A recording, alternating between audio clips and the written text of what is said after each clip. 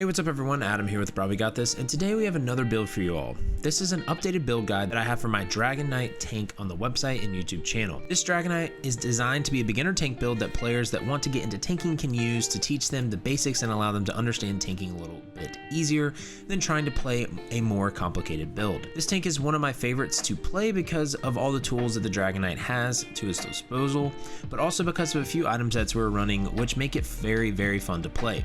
This is my Beginner Dragonknight Tank. Thank you again to all my patrons. I really do appreciate all the support.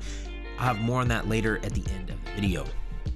So in this build, what I'm going to do is give you a progression of gear and skills after we go through the end result. That way players know what they should be progressing towards from level 3 to CP 160. I think a lot of times players don't know what to do before the end result of the build, and it causes frustration. What I'm also going to do is have multiple item loadouts for the build in the end game as well, so you can cater to the level of comfort to which items that you think you can obtain. So for the race, I'm using the Nord. Nord provides us with some beefy spell and physical resistance. It also increases our health and gives us nice ultimate regen. I like the Nords for tank races, but there are obviously other ones you can play. One that I think is actually a sleeper for this build is actually Breton. The reason being is Breton gives us extra magicka and reduces our magicka costing spells. You will see in this build that we are using a lot of magicka, so if you struggle with running out of magicka, Breton isn't a bad choice for this, but you do have a lot of other options as well. You could use Argonian, you could use Imperial, there's a lot of different things you could use for this tank or just tanking in general, but I do just like Nords a lot. Now for the class, again, we are the Dragonknight, obviously, but I think Dragonknights are great places to start as a beginner learning to tank. You have everything you need as a Dragonknight, including a pull, a root, a leap, and other resistances and buffs that are fantastic for beginner tanks. We'll get into those with the skills section. Now when it comes to the stats, we are running about 45 points into health, 15 into magicka, 4 into stamina.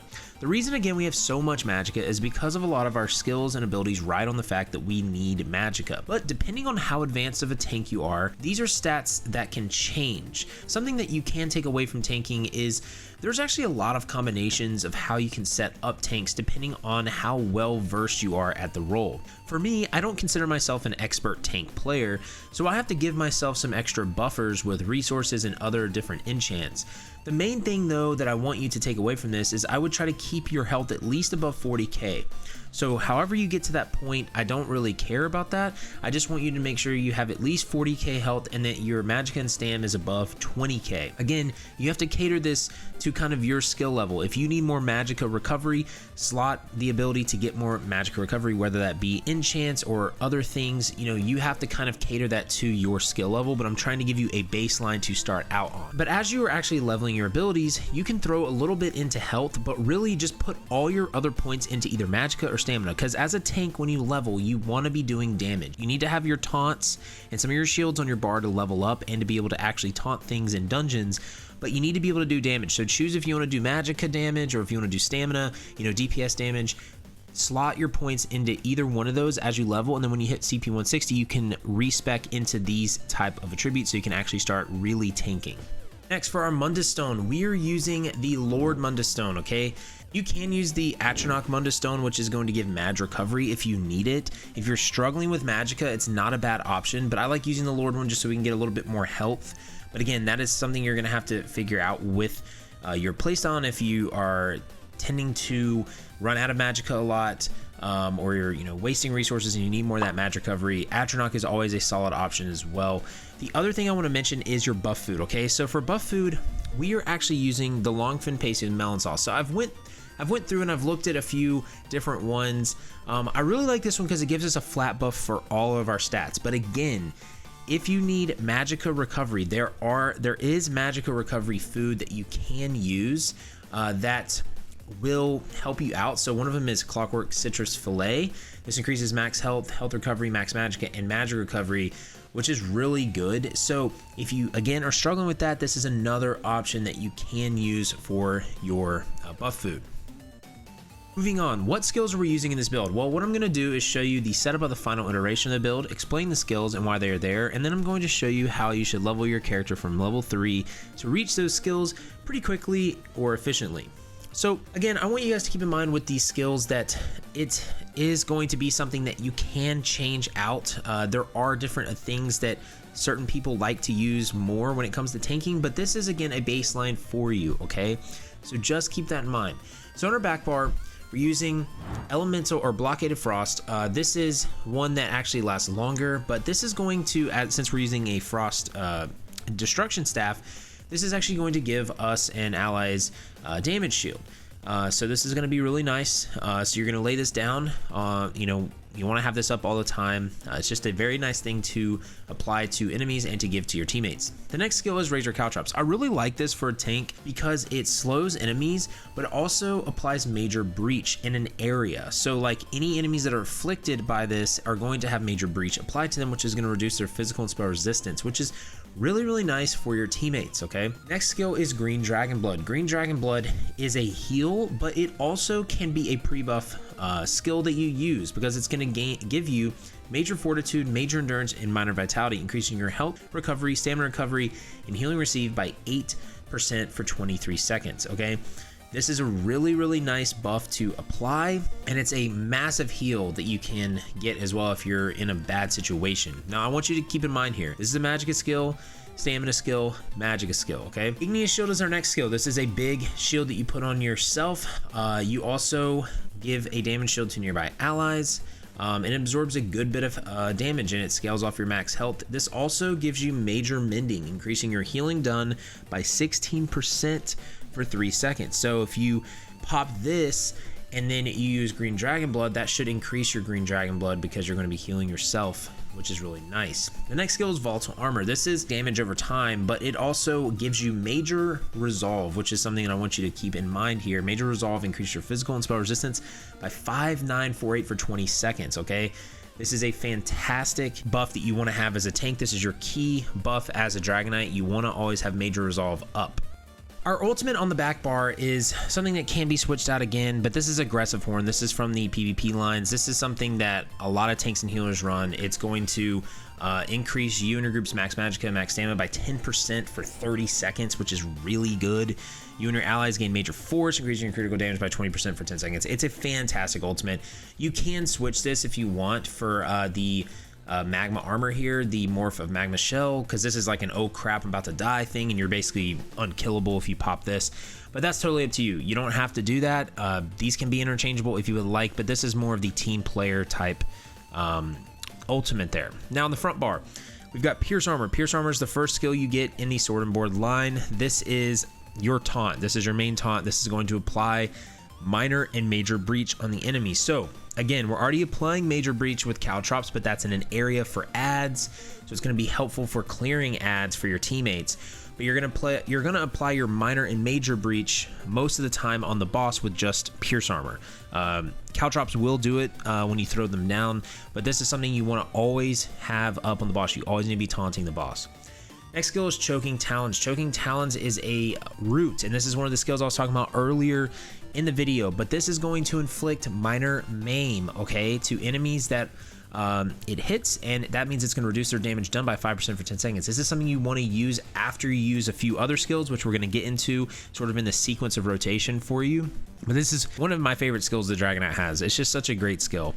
Next skill is Inner Rage. This is a ranged taunt, okay? This is a ranged taunt, so if you need to taunt multiple enemies or there's multiple bosses, this is something you can use in that situation.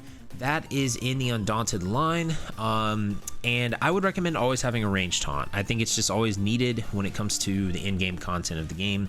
Next skill is Unrelenting Grip. This is one of the most important skills for your build because of an item set that we are using, okay? This is one of the best skills for DK Tank as well.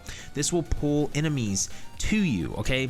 Tanking is not just about taunting, it's not just about not dying. Tanking is about grouping enemies up and positioning them and making it easier for your DPS to damage them down in ESO. That's a big part of tanking in this game, and that's a big beginner thing that I think a lot of people need to learn. So this is why this build is catered to beginners, and you're going to see even more when we get to the item sets why it's catered to beginners. But this is something that you want to use on ads to pull them into you to group them up, okay?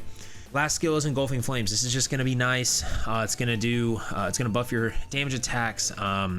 and it's just going to be something that you're going to apply to the enemies in front of you that you pull in, and I'll show you again once we get to the sequence of skills. I'll show you why we're using this, but again, this is something that I just like using as a Dragon Knight. And then our ultimate hero, Standard of Might. This is a fantastic ultimate. It's going to increase your damage done and reduce damage taken by 15%. It's fantastic. It's going to help your teammates out because it's going to give them the shackle synergy. And yeah, it's just going to be great. It's going to be good for this build. I love using it. Again, you can interchange some of these ultimates out if you would like to. That is up to you. But first things first, I want to talk about the progression of skills, because again, when you're level 3, you're not going to have all this, right? So what should you slot? Okay, well, as a tank, again, you're going to want to do DPS, okay, when you're starting out, because it's going to be agonizing leveling this up if you try to just get all of this stuff, right? The main thing I want you to keep in mind, you want to have Pierce Armor on here. Get Pierce Armor on here on the first part of your bar, because you need this on here in your dungeons. You need to practice taunting, okay? So put that on your bar. And then the next thing is really just put an ability on each of these class lines on your bar. You already need Volatile Armor, you need Choking Talons, and you need Green Dragon Blood. So that's the first 3. You've already got that situated. So you can put Choking Talons there, or sorry, you can put Volatile Armor there. You can put Lava Whip over here to do damage. You'll put Searing Strike. You'll eventually get Engulfing Flames and Unrelenting Grip pretty easily. And then for Earthen Heart, you can put Stone Fist and Molten Weapons on there. You'll get Igneous Shield pretty quickly as well.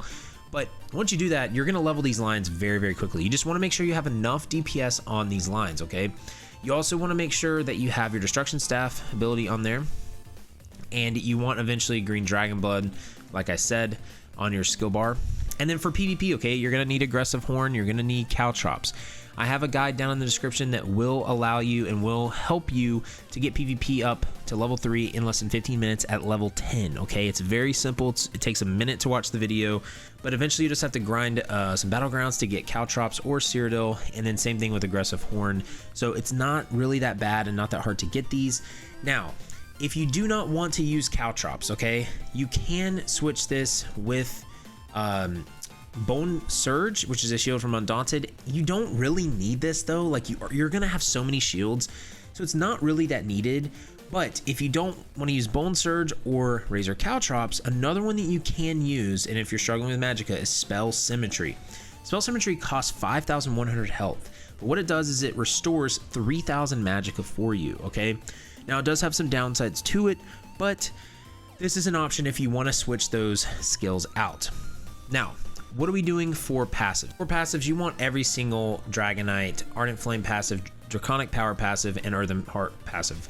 You're going to use all of these. It's going to give you some sort of benefit, so make sure to grab all of these passives.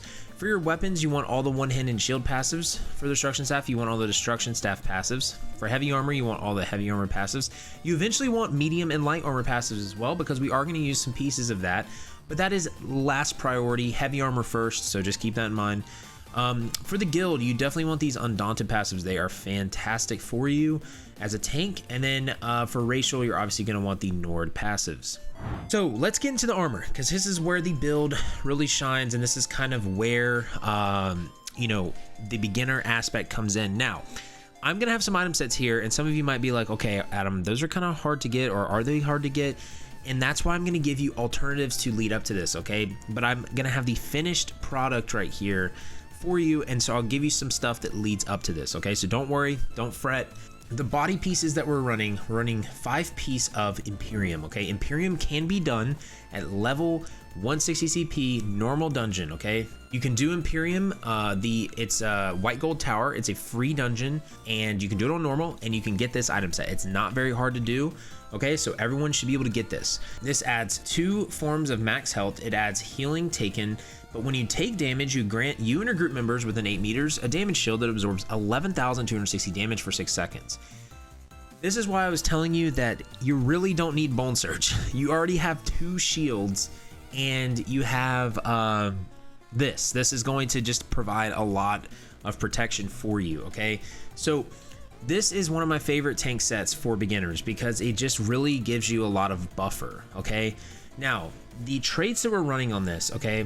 For the belt, boots, and gloves, we're doing sturdy, which reduces the cost of block. We're doing max health enchants. For the chest and legs, we're actually doing reinforced, okay? With a max health enchant as well. Again, If you're finding that your attributes are just not working for you, you can use some tri-stat glyphs on the legs and chest, because that's going to be the biggest buff there with an infused trait. But really just play around with that, okay? Find what works best for you. But this is what we're running on the chest, okay? Or the body, I'm sorry. For the jewelry and weapons, we're using Rushing Agony. Rush of Agony is from the Dread Cellar dungeon. Dread Cellar is a DLC dungeon. You can do it on normal at CP 160, and it is not that difficult. So everyone should be able to get this item set, okay?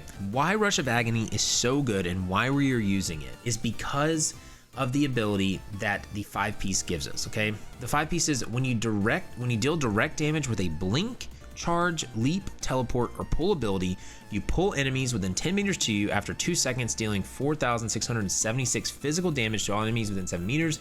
That can occur once every 8 seconds. We don't worry about the damage. The big thing that you're getting here is you pull the enemies. So we have our pull, Unrelenting Grip. This is the most important skill, like I said. When you pull an enemy, you're gonna pull enemies within 10 meters of you. This is very, very helpful for beginner tanks trying to learn how to group enemies up, because you don't even have to worry about grouping them up. It actually does it for you. But you'll see the benefit that that adds to grouping them up. So I'm going to kind of show you this a little bit later and why I love it so much, because it's just so helpful for newer players that want to learn how to tank. I love this item set, okay? This is a medium item set. That's why we're using the jewelry and the weapons instead of the body pieces. So you can get stamina recovery enchants, max stamina traits on these. For the weapons, the shield I'm using sturdy and max stamina, and then for sword I'm doing decisive trait and I'm doing absorb stamina enchant. Now for the other weapon, I have an ice staff of endurance because I'm trying to keep this as simple as possible. This is just going to add more max health for us when we go to the back bar. So this can be switched with something else if you want, but this is just like a simple solution for you. Now the monster set. Now I understand this monster set, it's going to take a little bit of experience to get this monster set. That's why I'm going to give you some alternatives with the monster set, okay? I am running Encrotis Behemoth, okay? Encrotis Behemoth is a great monster set for Dragonknight. Now, for DLC dungeons, this is the Black Drake Villa DLC dungeon. You will have to do this on veteran to get this monster set or the monster helm. However, I have alternates. I'll get to that in a second. But we're using a medium helm, a light shoulder, max magicka enchant here with sturdy as the trait, and reinforced as the trait here, and max stamina enchant. What this does is it adds max magicka, okay, and it deals flame. When you deal flame damage to enemy, you grant Behemoth's aura for 12 seconds that reaches up to 12 meters. You and up to 11 group members in the aura reduce flame damage taken by 5%. Enemies in the aura increase their flame damage taken by 5%. This effect can occur once every 15 seconds. I love using the Dragonknight because we have so much flame damage. Now, this might not always be applicable. So again, I want you guys to understand there are multiple other monster sets that you can run instead of Encrotis Behemoth. You do not have to run this, okay? One of the big ones that you can run is Troll King. Troll King will add 4% healing done. When you heal yourself or an ally, they are still below 50% health. Their health recovery is increased by 893 for 10 seconds. This is in Blessed Crucible. Another one that you can run is Engine Guardian. Engine Guardian will give you some ridiculous recovery. So when you use an ability that costs resources, you have a 25% chance to summon a Drummer Automaton to restore 531 stamina or magicka, or 924 health to you every 0.5 seconds for 6 seconds. This effect can occur once every 10 seconds. This is a great monster set. So if you're struggling with resource regeneration, great monster set to use as well, okay? I really, really like this. I think I saw a blurb from the Tank Club on this monster set now, and they made a really good point of like how much recovery you actually get from this. This was a while ago. I was like, oh my gosh, like I need to give this a shot. So this is something that I'm going to start putting in my arsenal for tanking monster sets. So definitely recommend getting this as well, because this is a dungeon that's going to be a lot easier, Darkshade Caverns instead of, you know, Encrotis Behemoth. Some other monster sets that you can run are Lord Warden, okay? Lord Warden is from the Imperial City Prison. Again, you're going to have to do it on Vet, but it's really not that bad on Vet. This is a nice monster set as well. Another one that you really can use is Sentinel of Rocco Gomez, okay? This is from the other variant of Darkshade Caverns, because you are going to heal yourself sometimes. And so when you do, it's going to pop out the Dwemer Spider, and that's going to restore magicka and health and stamina to you and your allies. So these are other monster sets that you can use, okay? So you don't have to use Encrotis Behemoth. There's easier ones to grab first of all. So I want you guys to just keep that in mind and not freak out and be like, oh my gosh, I don't know how to get, I can't get that monster set. there are plenty of other monster sets that you can go for first. Now, as far as gear progression goes, okay, I always do like a gear progression from level 3 to CP 160. When you start out as a tank in the game, you guys, I don't really care what item set you use to CP 160 as a tank, because again, you really need to focus on doing some damage as a tank, because leveling is going to be awful for you if you don't. There's plenty of sets that you can utilize from level 3 to CP 160. One of the sets that I've seen people talk about that has been a solid one for tanking when they level up is a set in Southern Elsewhere.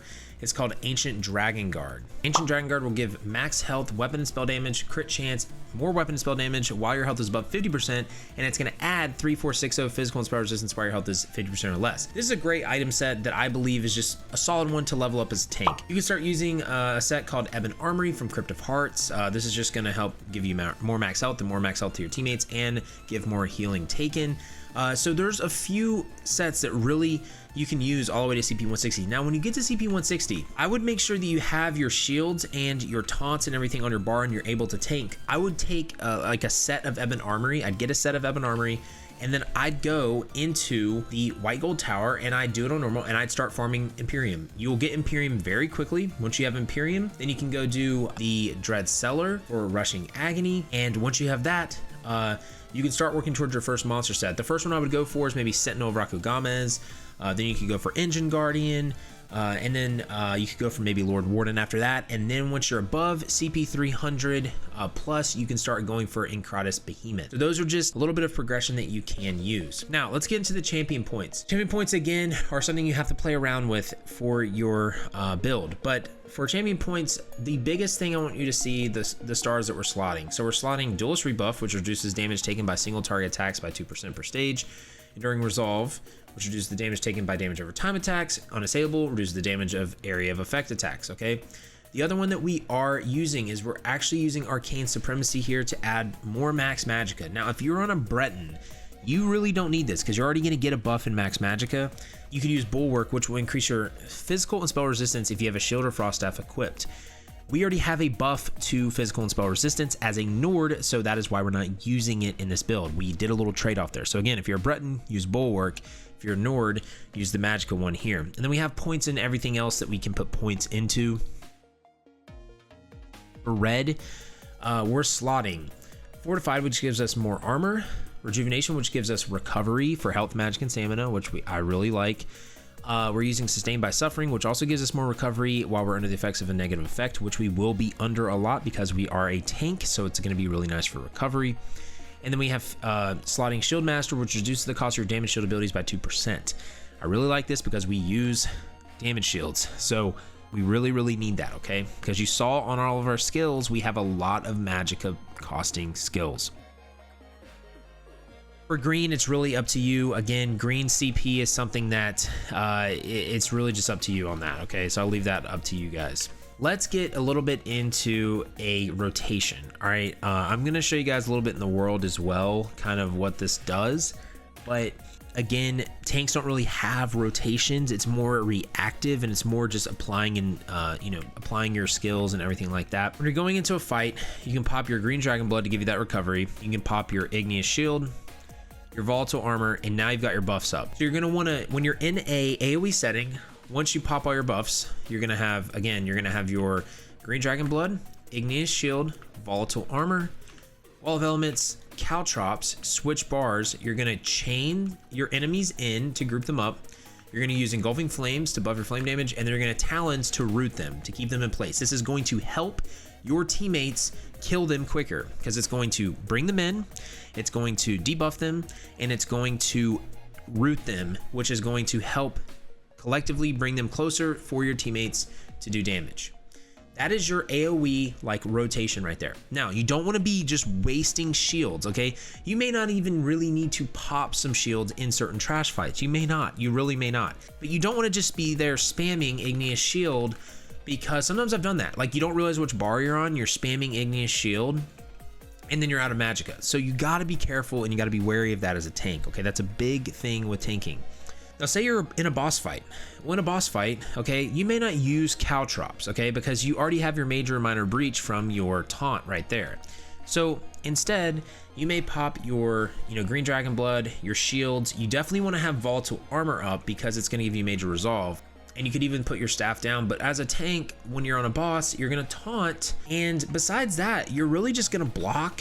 You're going to dodge. You're going to, just try to keep the boss still and positioned. You're going to reapply taunt and then reapply your buffs and shields. I mean, that's really what you're gonna do. But the other thing you wanna make sure you're doing is you wanna make sure you're light attacking, okay? And heavy attacking, because it's going to help you out as well. That's gonna give us some things back. It's gonna get some ultimate up in here too. And so just make sure that you are doing that as well. And that's really, guys, like a rotation when it comes to tanking. There's not really like a set in stone rotation. It's very reactive. It's very, you have to figure out exactly where you're gonna be, where you're going to position things. But I'm going to go to a public dungeon here and I'm going to kind of show you guys a little bit of like positioning and kind of what this set really does. Okay, so I'm going to show you guys kind of what this item set does. So we're gonna pull these enemies. Watch this. Boom. See how they group up? I can root them and I can flame them down. So here, I'll try to go to another group of enemies here. I don't get stuck on this box. So let's bring everything we can. Let's just pop everything, make sure we're good. So, okay, here we go. I'm gonna pull in. These all get right there. We flame damage them down. And see how they group up around me? That's exactly what you want as a tank. You want to pull enemies in, because pulling enemies in is going to be very, very helpful for you. So again, we're gonna pull in, they pull in, we root them down, we flame damage, and we let our DPS do the work, okay? I mean, like, you'll see me right here, I'm literally, I'm a tank and I'm actually just damaging them down myself. So just imagine if you actually had, a team with you here. So we'll pull this guy in, it pulls everything else around us, we flame, we root, and yeah, that's basically what you want to do as a tank. You want to position these enemies around you so your DPS can DPS them down. So again, we'll go over here, I'll show you again. I'm gonna get some of my buffs up just so we have them. I'm gonna pull, groups them all up, flame, root, and that's what you want to do right there. You just saw it did 23k damage, which was pretty cool. But yeah, as a tank, it's really fun to use this build. It really helps you out. It helps you learn how to group things. So look, I'm gonna pull them in. It pulls all them. I got hit. We'll use our engulfing flames. We'll use our root. I'm gonna pull some more enemies in. Now again, it does have a cooldown, so you can't just spam this and pull everything in. But the cooldown's pretty small for the most part. But yeah, that's essentially what you do with this DK tank, and it makes it very simple for new players, I believe, to be able to learn how to tank. And so yeah, that is the Dragonknight Beginner Tank. If you want to look at any more builds that we have here in the channel, I do have an Ultimate Dragonknight class guide that I'll have up here in the card. I'll also have some other solo builds that you can follow if you want to do some DPS and other good things there. We have these builds on the website. I usually get them updated a few weeks afterwards for the written builds. And again, thank you so much to my patrons and YouTube members. If you want to check out our Twitch stream, twitch.tv/brahwegotthis, Tuesday through Friday, our Discord, and like I said, our website, all those links are down below. But thank you so much again, y'all. Just remember to have faith, be great, and I'll see you on ESO.